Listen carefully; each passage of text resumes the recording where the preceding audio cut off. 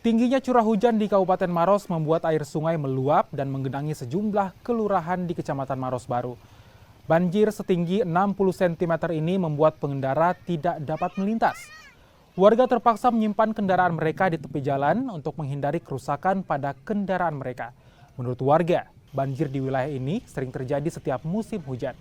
Mereka berharap perhatian pemerintah daerah untuk melakukan perbaikan tanggul sungai.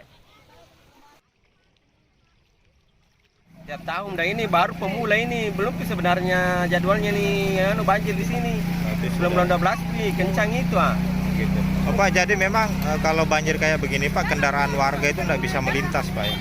Ya. Tidak Kalau seperti lagi, Pak. ini bagusnya itu tanggul ini, kan ada tanggul di sini. Tanggul ini perlu diperbaiki kembali atau tidak diremajakan kembali kan. Karena ada tanggul tapi sudah pendek. Oh, Ya, gitu. sudah rusak.